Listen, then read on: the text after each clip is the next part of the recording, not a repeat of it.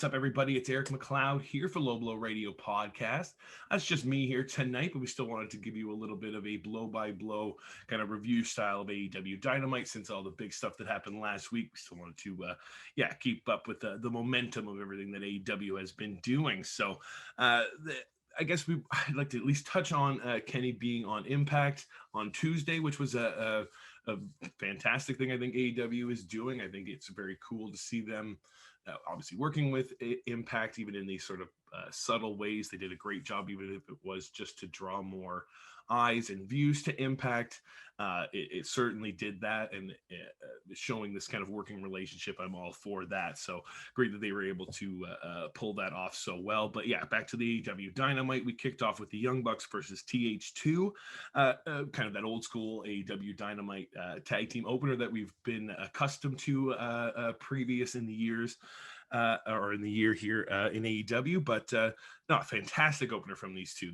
Great to see the Young Bucks back in the ring, and to get TH2 on a great platform like this was fantastic. They looked really, really good. They had a couple of really good close kind of near falls, especially getting when they started working Matt Jackson's leg, and then getting the Navarro Deathlock locked in from Angelico. It looked really, really good, and they were able to kind of cut off the ring. Some close calls there. Seemingly they make an upset over the Bucks. I really thought that helped get them over. A nasty BT trigger to end the match, but fantastic opener here on AEW Dynamite. Getting TH2 over, they still attack the Bucks kind of afterwards, getting into it with the Acclaimed as well. SCU coming out to save or to sort of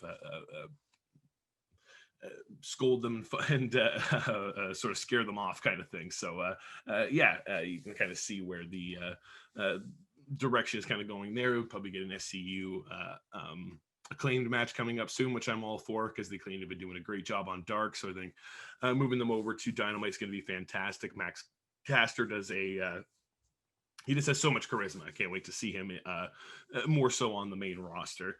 We got a little video package from MJF as he was letting everyone know about the main event tonight, which is the Dynamite Diamond Ring finals between him and Orange Cassidy, and how he's going to beat Orange Cassidy. Also got a little video with Darby Allin. It was sort of him. He was in kind of like a therapist situation. They were this therapist was kind of showing him what do they call those Rorschach photos, and they were sort of resembling Team Taz members as he was sort of talking about them or whatever. Certainly putting over that Brian Cage is the number one contender for the TNT title and the person he wants to face next and give that chance for that belt. So I like that build to Brian Cage and Darby. We'll get that soon enough, I'm sure. And then the last kind of picture he sees is Sting and just gives it a little laugh, and that was a great kind of lead into what we got next, which was a bit of a surprise. Cody Rhodes coming out first with Arn Anderson talking with Tony Schiavone a little bit, and then they are interrupted by Sting.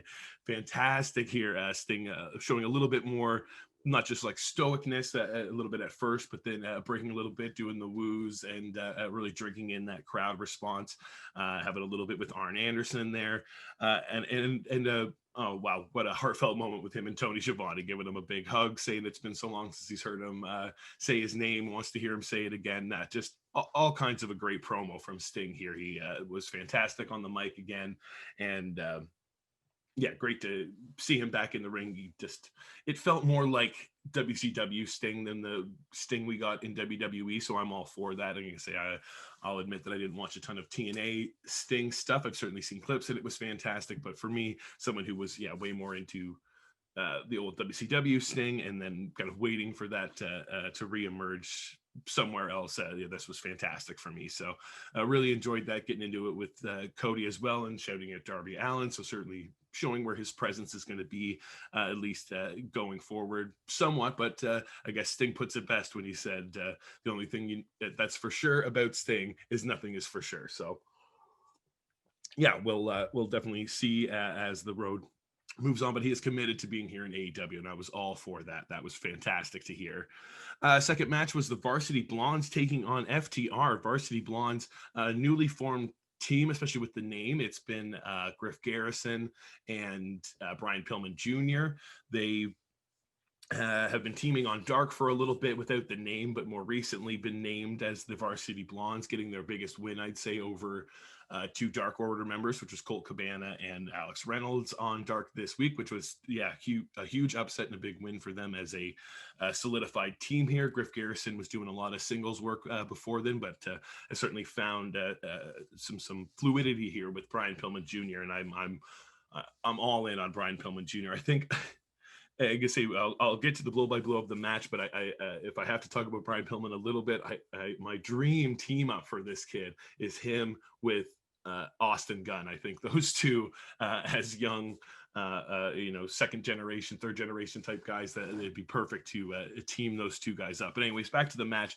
Varsity Blondes did a great job of getting over the intensity of FTR in this match. They were on a whole different level from what you'd seen from FTR before. They were just definitely in there to prove a point, and the Varsity Blondes were just the perfect salesmen in this matchup, especially Brian Pillman Jr. Just, I think, out of the park with how well he was able to sell the offense of the FTR.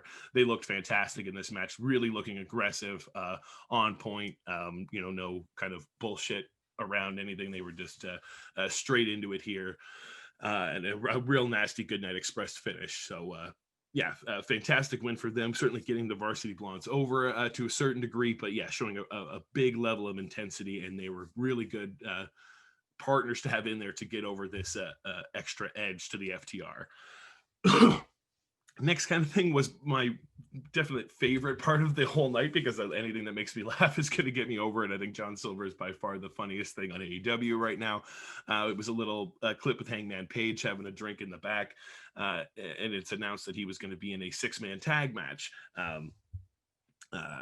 to take on Matt Hardy and the Private Party, kind of some redemption due to them getting him out of the Battle Royal kind of thing. But he hadn't announced any tag partners. And as soon as he kind of starts glaring into, I'm not sure who my partners will be, right up from behind him comes Alex Reynolds and John Silver with little cowboy hats on, and they're just they're completely playing up how much of they were working together in the Battle Royal, which was fantastic. And this just sort of different, very friendly way that they're trying to bring Hangman into the Dark Order. It seems so genuine and real in that sense that I'm all for it. And you can tell Hangman is just fighting it to a certain degree, but decides he will take Silver and Reynolds as his tag partners. And can't wait for that match. I'm sure those guys are likely going to walk away with the win, considering the tension already between Hardy and Private Party, and that would certainly ignite the feud going further with that group as well. So all for that match. But on this Dynamite, the next match we got was Dustin Reynolds taking on 10, which is Preston Vance from the Dark Order. A pretty good back and forth from two big guys in this. Dustin doing his best to get Preston over. Odd kind of finish, but I don't remember that Dustin Rhodes' finish is just a bulldog, but that was what he ended up catching Preston with here in the end, and getting the 1-2-3. But for me, the biggest kind of moment here with this was Evil Uno getting into the ring and kind of giving a different perspective to Dustin on his sort of place in AEW, right? Where like he's a veteran in the industry and a historic presence, but it can be hard to live up to that sometimes. And even here in AEW, where it's a new and fresh thing and he should be seen pretty high, he's only the third Rhodes, which is quite a dig at him. And then the big pop for me was when he said, you should join the Dark Order in your rightful place as 7. And if you're unaware, 7 was a small gimmick they tried to do for Dustin Rhodes in the WWE at a time. Or was it WCW that was doing it? I can't remember. I think it was WCW right before, and then they turned him. Whoever it was, but it was this strange altered gimmick that he was doing that eventually he kind of it didn't really play out the way it was, but it's always been a visual thing that has stuck with fans. So if this was something that Dustin was going to bring back, I'm all for it. It's funny, Chris and I were just talking about this off air, having a smoke a couple of days ago, where I was like, I really have been enjoying what Dustin Rhodes is doing, and I'd be curious if he would ever bring back one of these characters. I was thinking maybe more of a Black Rain or something like that, even though he doesn't tend to like to reference that character at all. But man, if he's going to come back as 7, I'm all for that. We had a sit-down interview with Shaq and Brandy Rhodes, talking with Tony Schiavone was kind of in between them. Shaq kind of putting over geez, I wish I wrote her name down. I can't remember. Jade Cargill, but then apologizing to Brandy about the attack on the arm, not saying that he wanted that to happen or anything like that. But still kind of taking some digs at Brandy, especially as she got up to leave, and when it seemed like they were in agreement at first, he was like, "Well, while you're resting that arm and stuff, you should definitely check out Jade. She can maybe teach you a few things." And she called him an overgrown asshole and threw water in his face. So obviously this feud is continuing. Shaq was also talking about joking about the stuff with Cody, but you can kind of see the workings here. You would imagine Shaq in the corner with Cargill or whatever against Brandy, with Cody in the corner type thing, whether it's a mixed tag or a singles competition, whichever. But yeah, pretty clear which way this is going. But yeah, not a terrible interview from Shaq. You can tell he's always done this kind of stuff before. Then we had the Inner Circle Ultimatum. I thought this was a pretty good segment too for what they'd been building to. Maybe a little bit too soon with thinking about that they were already going to kind of break up after just getting Wardlow and MJF into the group, but obviously there's still a lot of tension there. I thought everyone had some good mic time here, though, for sure, especially Ortiz, certainly getting his frustrations over and his place in the group kind of thing. And how he sort of fits with the other members and stuff like that. They eventually all kind of came to an agreement, that not always going to get along, but we are the sort of best mix of all the best things here in AEW. So they should just try to do their best to kind of get along. That was what Ortiz was trying to put over, get Sammy to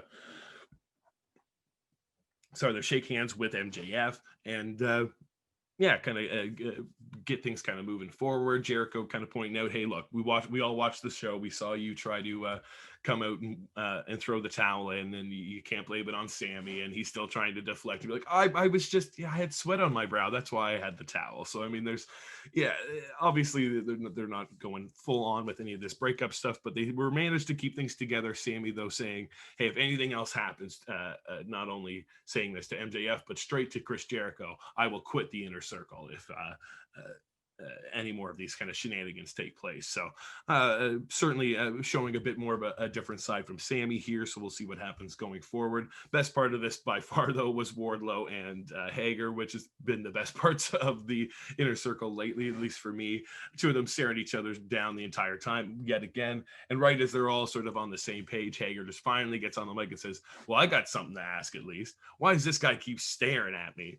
And then Wardlow says, but you've been staring at me. And they just keep, doing this big back and forth about, you've been staring at me this whole time, all this kind of stuff. And then they kind of, Jericho's trying to settle them down and be like, all right, how about we just agree that you don't stare at each other? And they were both, I could do that anytime. And they, try their hardest not to stare, and they're still subtly doing it. No, they're really enjoying what's going forward with those two. Obviously, I would say leaning towards maybe a team up or something like that, which I'm all for. A little interview with the FTR, certainly getting over their big win over the Varsity Blondes and reestablishing their presence here in AEW. And then we got Eddie Kingston teaming with the Butcher and the Blade to take on Lance Archer and Phoenix and Pentagon. A bit of an odd pairing, but they did a really good job on commentary right away to kind of put over that, hey, Eddie Kingston's really good at making enemies here in AEW, and sometimes the enemy of my enemy is my friend type situation. So Lance Archer willing to team up with Phoenix and Pentagon here. Instantly starts with a big old brawl before they can even get into the ring. Pentagon being taken out by the Butcher, and then having to be walked off by the referees and the medical staff and stuff like that. So this instantly became more of a handicap match, which was the story they kind of told going forward. I thought that was perfect. Again, for this kind of match, you got Archer looking like an absolute monster, but again, the numbers game is always going to kind of be the comeuppance on something like that. Phoenix just selling like a madman, but always kind of being that, waiting for that comeback and him doing his best to sort of feed into that kind of stuff. But no, they certainly got Butcher and the Blade over to a big degree, as well as Eddie Kingston. But yeah, Archer just looking like quite the monster and a little bit more of a babyface monster, which I think kind of worked in this matchup, and we'll have to kind of see what how that plays going forward. But yeah, Phoenix taking the finish here, though, the full death from Butcher and the Blade, but then Archer still just tore into them all afterwards. So definitely not the end of what's going on between all of these guys. Quick squash match between Tessa Price taking on Abaddon. It was all just about the Abaddon entrance, the presence of Abaddon, her getting into the ring, intimidating Price, getting the big finish, tearing into the girl afterwards, and then having to be saved by Shida, hitting her in the head with the kendo stick, and her doing the Undertaker sit-up spot, or the Michael Myers spot, I guess, if you're going horror references there. Yeah, I can understand how this character could be polarizing, because you either have to go all in on the theatrics of a undead doll, whatever character type thing, or I understand that sometimes there's just not longevity in something like that as well. But for a different type of character and feud for Shida, I'm all for that. And if it gets Abaddon over as this sort of weird mystic monster, yeah, I think that works here in AEW for sure. So another Inner Circle interview as they sort of letting everyone know that they're all on the same page here, and they're actually all going to be ringside for MJF as he takes on Orange Cassidy to finally get that win for the Inner Circle and to retain his diamond ring. But before we even get to that, we finally get to hear from Kenny Omega in an in-ring interview that they've been sort of teasing all night. As we saw on Impact, he left on the bus with Don Callis and somehow had arrived in a helicopter. So I'm not sure, that must have been the arranged transport that Tony Khan was referencing in his paid promo as well. So that was a nice little touch there. I'd have to go back and check it again. The editing seemed a little strange because I think the only helicopter they could get was a 2-person copter, unless Callis was in the back. But it kind of looked like they had to just cut back and then have Callis in the same helicopter as they got out. But, camera editing aside and all that kind of stuff, a neat kind of way to have them show up here, obviously showing that they're feeling much bigger than AEW at this point. Probably the most lavish Kenny Omega entrance we've got to date, with a fantastic intro once again from Justin Roberts there, finally coming out of the heel tunnel to, it's officially the turn here where he's coming out the other side. And unfortunately, though, in the ring, it was just basically a repeat of the, if you didn't hear what he said on Impact, which I thought was kind of interesting, where I guess, understandably so, they shouldn't have expected you to watch Impact. And if they weren't going to replay the exact interview, then he should have to sort of repeat that kind of stuff, because there could be a big chunk of the audience that was like, okay, I get that that's what you were doing, but we still should deserve our payoff here. So again, it was a little bit of the rinse and repeat from what we just got on Tuesday, but he's still teasing more announcements and more to come and all this kind of stuff, and maybe more just to introduce this other side of Kenny to the AEW audience and let the commentators really get over their despair for how he chose to win this match and that kind of stuff. So yeah, we'll have to see what happens with Kenny Omega moving forward. Curious how he's got a busy week, as he was saying and boasting about online. He'll be in Mexico on Saturday to defend that AAA Omega belt. So see how that match goes there. But we ended the night with the main event, MJF and Orange Cassidy competing for the Dynamite Diamond Ring. I will get that alliteration right one of these days, even though it won't get referenced much after this. But hey, a good match between these two. Orange Cassidy certainly being outnumbered, even the best friends being outnumbered early on by the full presence of the Inner Circle out there to help MJF. They had all kind of corners covered, from distracting the ref to trying to interfere at all the right kind of moments.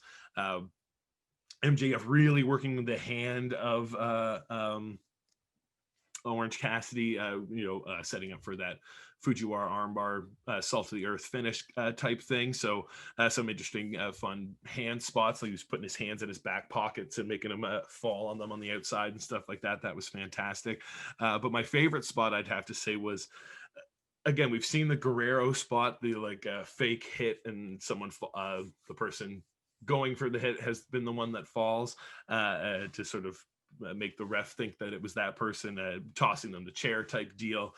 We've seen that a bunch of times now since in reference to Eddie Guerrero and other stuff like that, and it works, but you don't want it to be too overplayed. You could tell that's what they were going for in this moment, as Chris Jericho tossed MJF the bat while the ref's back was turned. But hey, who's the best person to not catch a bat? That would be Orange Cassidy. As MJF tosses it to him and hits the ground, the bat just hits the ground too, and Orange Cassidy tosses his hands in his pockets, stands there all nonchalant, and then just as MJF scrambles back to his feet and grabs the bat, Orange Cassidy hits the ground, and that's when the ref turns his back. Great sort of turn on that Guerrero spot. But the ref, can't call the match on something he hasn't seen, so he just takes the bat away, lets the match kind of continue. They get a real close call with the beach. He hits the air raid crash, that beach break, I think is what it's called, from Orange Cassidy, as well as some big orange punches for some close calls on MJF. You really thought that Cassidy was kind of going to get the finish here. Also, the best friends, when they were kind of outnumbered, that you saw them kind of take off to the back, and they came back with just a troop of other guys to help support Orange Cassidy. So this kind of turned into a bit more of a lumberjack match by the end, but everything kind of turned into a bit of a schmoz, because the very last segment was as the sort of lumberjacks were all sort of fighting with each other, and that kind of stuff was going on, the ref trying to get order and that kind of stuff. We get Kip Sabian and Miro appear on the apron, and Miro absolutely takes out Orange Cassidy, gets out of the ring. They put their hands in their pockets as they admire their dirty work there in the ring. MJF crawling over, getting the pin and retaining his diamond ring for a second time. And then Wardlow just went mental. He just tore everybody apart. They were trying to get him off the stage with the security and production staff, and he was throwing them all over the place onto the ground and stuff like that. This was definitely the big, nasty, aggressive side of Miro that everyone was sort of hoping that we would see at some point, or that we would get in the ring here or whatever. So yeah, I think he looked scary and nasty. We'll have to see what I think obviously the next stage is him and Orange, and I'm curious to see how that match kind of plays out, because his intensity maybe doesn't play off the locale of Orange, but maybe that'll work into something really well. It played pretty perfect in Pac versus Orange Cassidy, so maybe in a different sense it can work here as well with Miro and Orange. We're just kind of waiting for that one big match or feud or whatever that lets Miro sort of go to that next level, and I don't think it's necessarily going to be the wedding stuff with Kip. That's just helping him get it reintroduced, I guess, to a crowd. Not really sure how to take it at this point, but we'll see how that plays out. Miro looking big and strong here at the end of this episode, so you can tell they definitely got something planned for this guy. We'll just have to wait and see what that is. But that's it for my solo review of AEW Dynamite. I'd give it it was a solid sort of catch up on the big stuff that happened last week. You didn't want to kind of it didn't top that by any means, but certainly keeping the momentum going here on AEW Dynamite. But we'll be back. I hope next week it should be Chris and I and all that kind of stuff, but we wanted to at least bring something for you all here. If you want to hear the radio show, Low Blow Radio, it is on 88.7 The River in Ontario. But if you want to listen to online, it's 88.7theriver.ca. It airs on Wednesday nights at 7 p.m. So you can catch it right before Dynamite if you're ever curious to hear that show from us. And then this show goes out in audio format on Sounder, which gets put up on all the other different audio platforms if you want to hear that. Or if you're here watching this YouTube video, thank you very much for watching. Hopefully you enjoyed it. You can subscribe to the channel, help us grow there. Like the video, it will let you know when that'll help us grow in the analytics. You can ring the little bell, and that will let you know when new videos are coming out as well. And get into the comments. Let me know what you thought of my little solo review here, and what you thought of AEW Dynamite and what's going to happen going forward here. But yes, we'll be back next week here on Low Blow Radio Podcast. Adios, amigos.